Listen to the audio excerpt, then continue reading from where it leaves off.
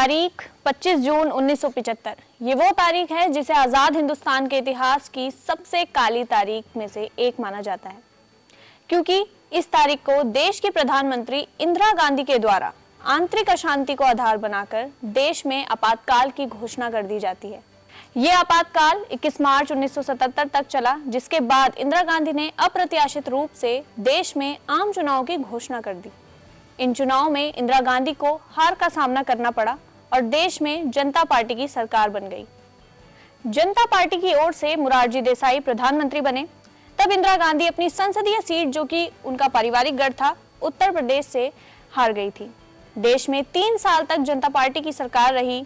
आपसी गुटबाजी के कारण जनता पार्टी की सरकार गिर गई। फिर 1980 में आम चुनाव होते हैं और इंदिरा गांधी की सत्ता में वापसी हो जाती है। इन्हीं आम चुनाव में कांग्रेस पार्टी की ओर से गढ़वाल लोकसभा सीट से हेमवती नंदन बहुगुणा को चुनाव में लड़ाया जाता है।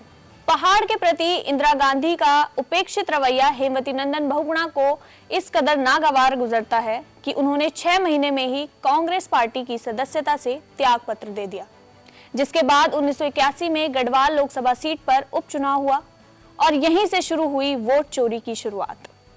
नमस्कार, मेरा नाम है दिव्यांशी और आप देख रहे हैं डाकवान। 1981 में इस उपचुनाव में हेमवती नंदन बहुगुणा कांग्रेस के खिलाफ निर्दलीय चुनाव लड़ते हैं और कांग्रेस पार्टी की ओर से चंद्रमोहन सिंह को उम्मीदवार बनाया जाता है। तब इंदिरा गांधी हर हाल में हेमवती नंदन बहुगुणा को हराना चाहती थी और उन्होंने इस लोकसभा सीट को अपनी प्रतिष्ठा का सवाल बना दिया। उसके बाद चुनाव में जो हुआ वो इतिहास में दर्ज हो गया। हेमवती नंदन बहुगुणा को चुनाव चिन्ह तराजू मिलता है। इंदिरा गांधी इस चुनाव को जीतने के लिए अपनी जान झोंक देती है और इस दौरान शांत पहाड़ अशांत होने लगे।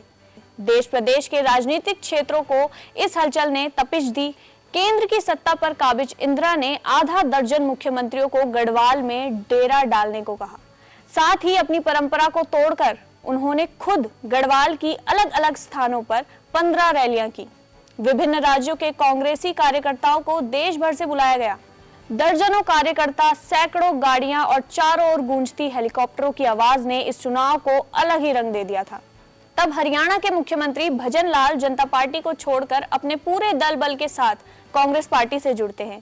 कांग्रेस पार्टी ने उन्हें हरियाणा का मुख्यमंत्री बनाया था। लिहाजा इंदिरा गांधी के प्रति अपनी वफादारी साबित करने के लिए उन्होंने हरियाणा पुलिस के हजारों जवानों को सादे कपड़ों में गढ़वाल में लगा दिया। ये जवान हर एक बूथ पर तैनात हो गए।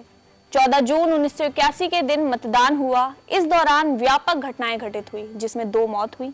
बड़ी संख्या में मतदान केंद्रों में कब्जे कर लिए गए। मतदान पत्रों की लूट हुई। इंदिरा गांधी तब तक समझ चुकी थी कि बूथ कैप्चरिंग के बाद भी कांग्रेस पार्टी नहीं जीतने वाली।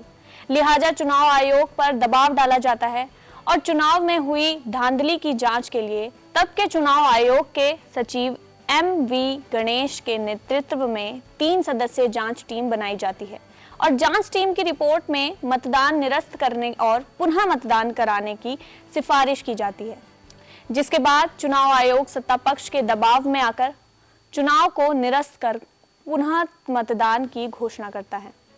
लेकिन पुनः मतदान की इन तारीखों में होता है सीधे 1 साल का अंतर, यानी चुनाव 1 साल तक के लिए टाल दिया जाता है। फिर 19 मई 1982 की तारीख चुनाव के लिए मुकर्रर की जाती है। सत्ता दल इस बार भी बहुगुणा को हराने के लिए कोई कोर कसर नहीं छोड़ता है। सत्ता पक्ष की लाख कोशिशों के बाद भी हेमवती नंदन बहुगुणा बम्पर वोटों से जीत जाते हैं। वर्तमान समय में कांग्रेस के नेता और वर्तमान में लोकसभा के विपक्ष के नेता राहुल गांधी वोट चोरी को लेकर सरकार पर हमलावर हैं। वे लगातार चुनाव आयोग पर भी निशाना साध रहे हैं और लगातार अपनी हर सभा में कहते नजर आते हैं कि सरकार संवैधानिक संस्थाओं को कमजोर कर रही है। लिहाजा राहुल गांधी के वोट चोरी के आरोप में हेमवती नंदन बहुगुणा के पौत्र सौरभ बहुगुणा ने अपने दादाजी के चुनाव के दौरान हुई वोट चोरी का आईना राहुल गांधी को दिखाया। दुनिया के सबसे बड़े लोकतंत्र के लिए संवैधानिक संस्थाओं को सरकार के हाथों की कठपुतली बनाना या संवैधानिक संस्थाओं के संवैधानिक मान मर्यादा को भूल जाना घातक है। यदि आपको हमारा ये वीडियो पसंद आया तो लाइक करें हमारे वीडियो को, चैनल को सब्सक्राइब करें और बेल आइकन दबाएं ताकि हमारा हर वीडियो आप तक ज़रूर पहुँचे।